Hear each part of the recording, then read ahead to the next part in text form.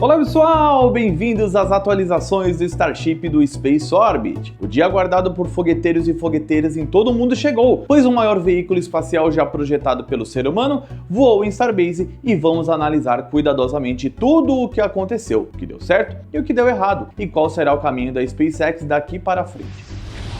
Com a licença de voo liberada no dia 14, tudo foi preparado para que o Chip 24 e Booster 7 fossem lançados no dia 17 de abril na parte da manhã. A SpaceX iniciou a transmissão 45 minutos antes do lançamento e a tensão podia ser sentida a todo momento, pois naquela altura o Starship e Super Heavy já tinham iniciado seu abastecimento e o gelo já se formava na parte externa dos tanques. Apesar de um barco ter invadido a zona de restrição marítima, o voo continuava mantido até poucos minutos antes da decolagem, mas um problema de congelamento em uma válvula de pressurização acabou com as chances de uma missão naquele dia, pois não seria possível controlar o fluxo de propelentes no Super Heavy, o que poderia causar uma explosão logo no lançamento. A tentativa foi convertida em um Address Rehearsal, um ensaio geral em que a SpaceX conduziu a contagem até 40 segundos da ignição dos motores e depois declarou um scrub. A empresa do Tio Musk informou que precisariam de 48 horas para reciclar toda a sequência de lançamento, ou seja, reabastecer os tanques de solo enquanto verificavam a válvula problemática. Neste meio tempo, uma fila interminável de caminhões chegou em Starbase para recarregar o pad orbital, mostrando que a SpaceX precisará achar uma solução mais eficiente se quiser ter uma frequência de lançamento tão grande como o Starship pretende. Uma delas é a produção dos propelentes em Starbase, pelo menos do oxigênio e nitrogênio líquidos, que são os mais utilizados,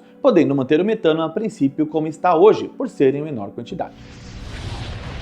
Havia um plano para tal construção, mas há meses que não temos informações concretas a respeito. Com os problemas resolvidos, a SpaceX marcou o voo do Starship para dia 20, em meio à previsão do tempo incerta e ainda mais tensão do que a tentativa anterior. Programado para as 10h28, os preparativos foram iniciados e o abastecimento ocorreu normalmente, desta vez sem problemas de válvulas ou barqueiros perdidos no Golfo do México. Não parecia real o que era visto naquele dia, pois os 120 metros de altura e 5.000 toneladas do Starship estavam no pad orbital e nada impediria o maior foguete da história de decolar, exceto por um hold no final da contagem. Apesar de vários OKs das equipes e do diretor de lançamento, uma pausa nessa altura parecia ser outro scrub e mais uma tentativa postergada. Mas a espera era apenas para as últimas verificações, deixando todos os fogueteiros e fogueteiras na expectativa por uma liberação a qualquer momento. E com a última etapa finalizada, entramos nos 40 segundos finais com gritos de funcionários da SpaceX na sede da empresa e de pessoas em todos os lugares do mundo que assistiam pela internet a este dia histórico, além dos sortudos na região do sul do Texas. E por mais que parecesse mentira, entramos nos últimos 10 segundos para o lançamento do Starship. 10, 9, 8, 7, 6, 5, 4, 3, Os 33 Raptors do Super Heavy Booster 7 foram ligados e uma coluna gigantesca de fumaça começou a crescer rapidamente, cobrindo o pad orbital com poeira e detritos. A tensão agora em seu clímax aguardava que o Starship conseguiria decolar, algo que não acontecia, deixando a dúvida se realmente aquela besta de aço inoxidável poderia cumprir sua missão. Mas cerca de 8 segundos após a ignição, vimos o maior foguete já feito sair do pad, ainda que lentamente, o que é esperado para um veículo tão grande e com propelentes líquidos, dando uma impressão de baixa velocidade, o que não necessariamente é verdade. Com o Starship fora da plataforma, vimos pela telemetria da SpaceX que 3 motores não estavam operando, sendo 2 Raptor Boost e 1 Raptor Center, mas por informações dadas por Musk anteriormente e por também não haver carga, seria possível prosseguir com o voo mesmo com essas baixas. Em 29 segundos de missão, vimos um pequeno estouro na base do Super Heavy, o que parecia ser um dos sistemas hidráulicos, com uma explosão maior na mesma seção do booster em 32 segundos, mostrando que algo não parecia bem. Mesmo assim, o Starship já estava a 1 km de altura e quase 400 km por hora, e torcíamos para nenhum outro problema aparecer. Em 40 segundos, outro Raptor Boost parou de funcionar, seguido por uma cor mais alaranjada da queima, claramente evidenciando que a mistura de propelentes já não era mais a ideal. O voo prosseguiu com o veículo brigando para ganhar altitude e velocidade, e já fazendo a redução de de empuxo para passar pelo Max Q, o momento de maior estresse dinâmico durante o voo. Em meio à falha de outro Raptor Boost, chegamos ao momento épico deste lançamento, quando a câmera de rastreamento da SpaceX focou na base do Super Heavy. Ali estavam os motores acionados, berrando enquanto consumiam 24 toneladas de propelente por segundo, mas formando uma imagem espetacular do brilho dos motores em meio ao céu com baixa visibilidade. Ali víamos que toda a espera de anos acompanhando o Starship semana a semana valeu todo o esforço, pois mesmo com os parâmetros não tão normais, era um show sem precedentes para todos que acompanhavam. No disco de empuxo do Super Heavy era possível ver uma grande quantidade de chamas em torno do Raptor Center que foi desligado e que se alastrava para vários outros motores adjacentes. O foguete só foi ultrapassar a velocidade do som com cerca de 1 minuto e 40 segundos, algo que ocorre no Falcon 9 já em 1 minuto de missão. Por mais que sejam veículos muito diferentes, este tipo de parâmetro não difere tanto, pois o tempo para a órbita em geral é parecido para lançadores com propelentes líquidos. Ali já ficava claro que a missão não daria certo, mas queríamos ver até onde o Starship conseguiria chegar. Passados 2 minutos de voo, o veículo ultrapassava os 24 km de altitude e se aproximava dos 2.000 km por hora, com a SpaceX passando para a câmera on-board próxima à grid fin do Booster 7. Vimos também os Raptors do Starship encaixados no interestágio do Super Heavy e já começava um resfriamento para a separação que aconteceria a seguir. Mas daqui para frente a coisa degringolou rapidamente, pois o veículo começou a rotacionar de forma descontrolada, muito além do que seria esperado, com os Raptors ainda queimando. Afinal, só deveriam desligar por volta dos 3 minutos. Através da telemetria, era possível notar que havia mais metano do que oxigênio líquido nos tanques, indicando que ou algo vazou ou não foi consumido como deveria. Os motores continuavam a funcionar e o conjunto inteiro permanecia intacto, mesmo após diversas voltas, o que impressionou pela robustez, pois muitos outros foguetes já teriam ido pelos ares após um esforço tão grande, acima dos 2.000 km por hora. Claramente muita coisa estava errada, pois apesar do problema, a separação do Starship deveria ter acontecido, mas ainda estavam unidos até os 4 minutos de voo. Com o fim do oxigênio líquido e com nenhuma forma de continuar a missão, a SpaceX apertou o botãozinho mágico e explodiu o Starship com o sistema de terminação de voo, colocando fim ao primeiro teste integrado do seu mais novo foguete. O veículo atingiu uma altitude máxima de 39 km e uma velocidade de pouco mais de 2.000 km por hora, cerca da metade do necessário dentro do perfil normal. Em pronunciamento, a SpaceX informou que o Starship apresentou múltiplas falhas de motores, perdeu altitude e começou a girar, e que a terminação de voo foi utilizada para explodir tanto o Super Heavy quanto a espaçonave. Além disso, que a região ficaria fechada temporariamente para a retirada dos destroços e início das investigações sobre as causas da falha, o que é um procedimento normal. A quantidade de dados coletados pela empresa auxiliará no desenvolvimento dos próximos veículos e melhorar os sistemas atuais para um voo em um futuro breve. Apesar da explosão, não se viu nenhuma cara triste na SpaceX, pois os funcionários, apresentadores e equipes comemoraram a todo instante, inclusive quando o veículo foi pelos ares, mostrando que cada quilômetro subido foi uma vitória depois de anos de desenvolvimento. Isto mostra também que não é simples para a imprensa tradicional entender que para a SpaceX a falha e o erro são parte integrante do processo de criação de um veículo funcional, e não será a primeira nem a última vez que veremos notícias sensacionalistas desmerecendo o que assistimos, mas vocês fogueteiros e fogueteiras, os verdadeiros entendidos no assunto, saberão valorizar as conquistas desse dia. Mas a SpaceX perdeu o Chip 24 e você não precisa perder, pois a loja do fogueteiro desenvolveu seu próprio veículo para que você coloque na sua coleção. E o melhor de tudo, ele não explode. Feito em uma escala de 1 para 250, o seu Starship tem escudo de calor, Raptors para o vácuo e também para nível do mar, e só não voa porque não queremos humilhar o Elon Musk, pelo menos por enquanto. Então acesse a loja do fogueteiro em spaceorbit.com.br e adquira seu Starship 24 agora mesmo. E utilizando o cupom VOOGRÁTIS você garante o frete sem custo para comprar suas miniaturas espaciais. spaceorbit.com.br, o seu lugar do espaço aqui na Terra. Link na descrição.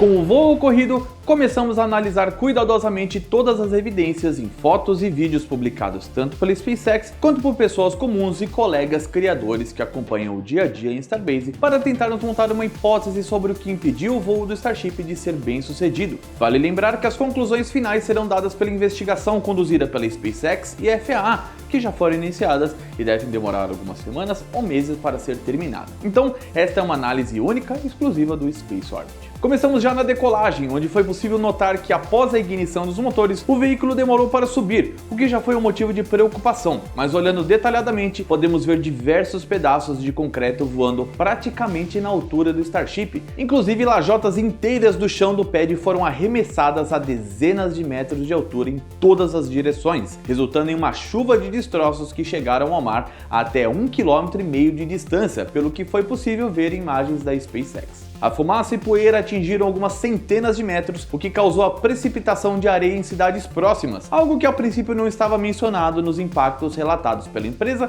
no documento da avaliação ambiental enviado à FAA. A longa permanência do Starship no pad aumentou este efeito, além de obliterar partes estruturais da fundação, como a base de concreto, sapatas e vigas que sustentam a mesa de lançamento. Peças metálicas foram arrancadas e arremessadas para todos os cantos, e muitas estruturas ao redor foram atingidas, como os tanques de solo, que tiveram suas proteções severamente danificadas. Sobrou até para o Starhopper, que após anos de testes e explosões, levou uma bela pancada de algum detrito e ficou bastante amassado. Mas vai sobreviver, podem ficar tranquilos. Mas os danos não acabam por aí, pois toda a estrutura de solo acabou sendo atingida e sofrendo alguma avaria, mas a extensão real só saberemos nas próximas semanas, pois por onde se olha há destruição. A principal hipótese que levantamos atualmente é que a força do maior foguete do mundo, com 7.600 toneladas força de empuxo, foi demais para o pad orbital, arrebentando o concreto da base e com muitos pedaços atingindo os motores e estruturas do Super Heavy, como o sistema hidráulico dos Raptor Center, que cuida do empuxo vetorial e muda a direção da saída dos gases.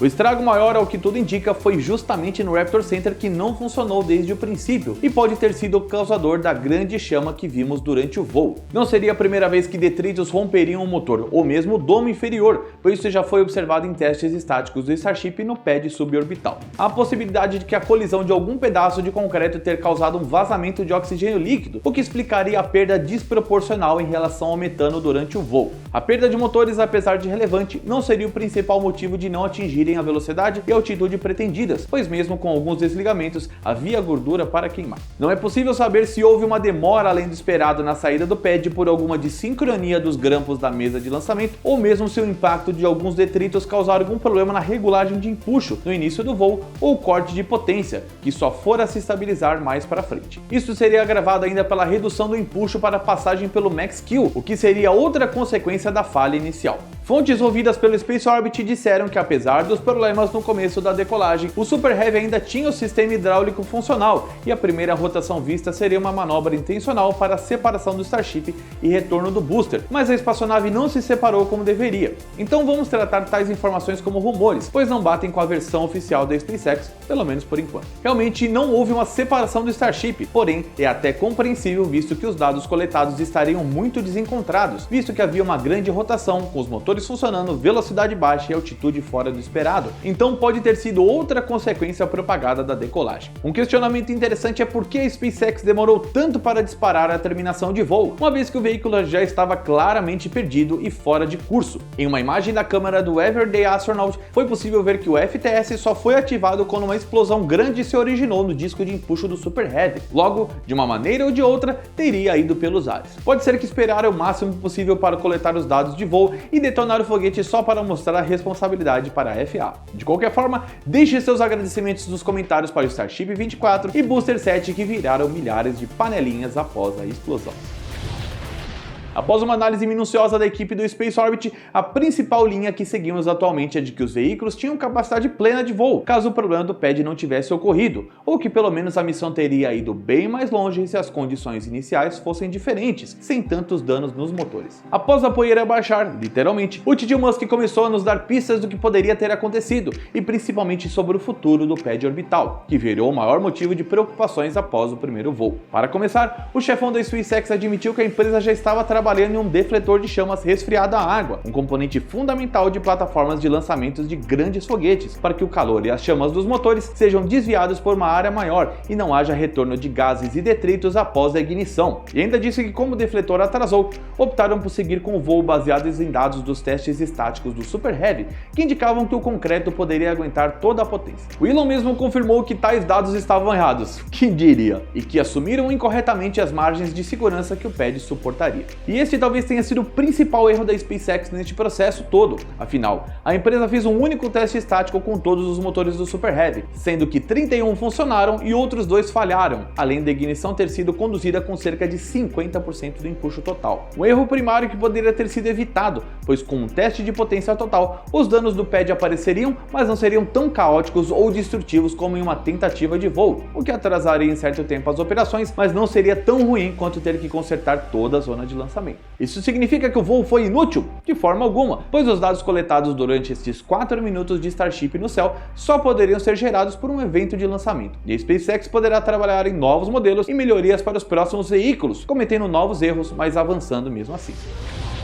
E agora, como fica a Starbase e os próximos voos do Starship? Visto a extensão dos danos no pad orbital, principalmente na fundação, podemos praticamente declarar uma perda total, o que o próprio Musk comentou ser possível, visto que as sapatas foram danificadas e qualquer torção ou outro dano condenarão a estrutura. Isso exigirá muitas mudanças no projeto, além da substituição da mesa de lançamento, que por sorte a SpaceX já tem outra em estágio avançado de fabricação na Flórida, que serviria para o pad do Kennedy Space Center, mas deverá ser enviada a Starbase provavelmente de barco, pois pesa 900 toneladas. Não precisamos nem dizer que o defletor de chamas é um item fundamental para o futuro, mas até lá já deve estar pronto, só dependendo de quantos reparos serão necessários em todas as estruturas dos tanques de solo, resfriadores, torre de integração e demais componentes da região. Estas obras podem demorar entre 4 e 6 meses em uma estimativa honesta, muito longe do tio Musk, que disse que demorariam 2 meses para fazer um novo voo. Isso beira a impossibilidade, somente com a SpaceX operando um verdadeiro milagre para consertar tantos estragos em pouco tempo. Mesmo com os chips 26, 27 e 28 bem encaminhados e podendo ser testados no pad suborbital, o problema maior será com o Super Heavy, que não poderá fazer qualquer tipo de pressurização sem ser na mesa de lançamento, devido à necessidade de nitrogênio líquido e propelentes que só o pad orbital pode suprir nessa quantidade. E nem estamos considerando que a FAA possa pegar no pé da SpaceX por um tempo maior, visto o estrago causado na região, como uma forma da empresa ser mais responsável com seus lançamentos. Até um próximo voo, muita água vai rolar, mas um voo antes de agosto seria uma grande surpresa.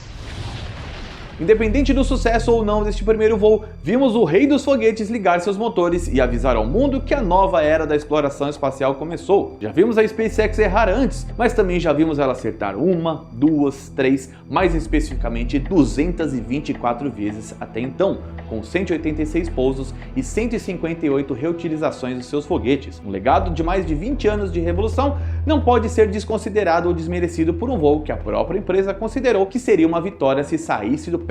As falhas aconteceram, mas errar é humano, e a ciência e a engenharia vêm para transformar tudo em aprendizado e evolução. Nesta 100ª atualização do Starship, o Space Orbit sente que até então sua missão de levar o mundo dos lançamentos espaciais para mais pessoas foi cumprida, e que agora está na hora de vermos o ser humano conhecer outros mundos. Dar um salto civilizatório não seria uma tarefa fácil. Vale lembrar que há pouco mais de 200 anos, nós, meros humanos, começávamos a entender a eletricidade e como usá-la, e hoje buscamos meios de viajar pelo sistema solar e pisar no máximo de corpos celestes que nossos pés puderem. O espaço é de fato a fronteira final, o lugar onde todas as respostas para a nossa existência estão, mas também todas as perguntas que ainda nem fizemos. Esperar que lutemos contra o nosso pioneirismo é como tentar impedir que o Sol nasça e ilumine o nosso planeta e alimente a vida que tanto buscamos nos nossos irmãos rochosos que nos acompanham nesta viagem em torno da Via Láctea. Talvez falhemos outras vezes, mas nunca podemos deixar de tentar, pois é inadmissível que em uma curta existência como do ser humano, não tentemos deixar a nossa marca neste universo, ou mesmo lutemos contra o destino implacável que nos possa ser imposto pelos eventos extremos que nos rodeiam. Hoje é o Starship que inicia essa jornada, que muitos dirão ser inútil, assim como disseram que as lâmpadas e a eletricidade eram quando comparados com a vela, e hoje a imensa maioria dos habitantes da Terra dependem diariamente da energia para viverem. A revolução já começou, e o importante é você entender o lugar ao qual pertence, ao lado dos que veem um futuro entre as estrelas cada vez mais próximo, ou dos que permanecem com seus olhos voltados literalmente para a Terra, vendo-a como seu berço e túmulo, na versão atual do mito da caverna. O universo é grande demais para permanecermos trancafiados neste pálido ponto azul, por mais que ele seja o nosso refúgio, e viajar para os confins dos cosmos pareça impossível, sendo que na verdade é necessário. Demos o primeiro passo para a revolução, então inscreva-se no Space Orbit para não perder as próximas atualizações do Starship. Torne-se membro do nosso clube dos fogueteiros aqui no YouTube, a partir de R$ 2,99 ao mês, e ajude a manter este e outros conteúdos para você que adora astronáutica e exploração espacial. Então um beijo no seu coração e até mais. Tchau!